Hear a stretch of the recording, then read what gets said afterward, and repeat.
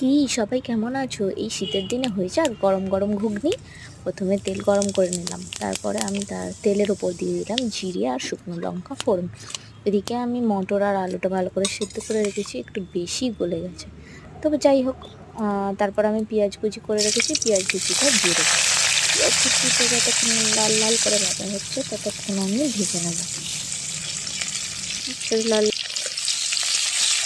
লাল করে ভাজা হয়ে গেলে পেঁয়াজ কুচিটা, তারপর আমি এর মধ্যে টমেটো কুচিয়ে রেখেছি সেটা দিয়ে দেবো।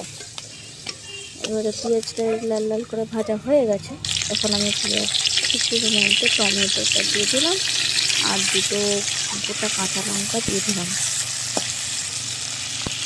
এটাকে ভালো করে ভাজা ভাজা করে নেবো। একটু লবণ দিয়ে দিলাম উপর থেকে, যাতে টমেটোটা তাড়াতাড়ি গলে যায়।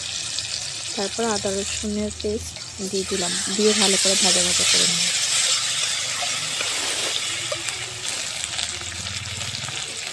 তারপরে আমি গুঁড়ো মশলাগুলো দিয়ে দেবো। প্রথমে দিয়ে দিলাম হলুদ গুঁড়ো, তারপরে জিরের গুঁড়ো, তারপরে ধনের গুঁড়ো, এখন একটু সামান্য লঙ্কার গুঁড়ো দিয়ে ভালো করে মশলাটাকে আমি কষিয়ে নেব। সামান্য জল দিয়ে আমি যতক্ষণ তেল ছাড়া ততক্ষণ আমি কষাবো।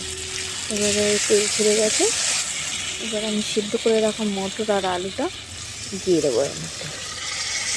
এবারে ভালো করে এটাকে মিশিয়ে নেব। মিশিয়ে নেওয়ার পর আমি পরিমাণ মতো একটু জল দিয়ে দেবো। তারপর ঢাকা দিয়ে আমি রেখেছিলাম। এরপর ফুটে যাওয়ার পর আমি এবার কিছু ধনে পাতা কুচি একটু ছড়িয়ে দেব পরিমাণ মতো। শীতের সময় ধনে পাতা ছাড়া কোনো কিছুই রান্না ভালো লাগে না। ব্যাস তৈরি হয়ে গেল আমার ঘুগনি। কেমন লাগলো তোমাদের জানিও।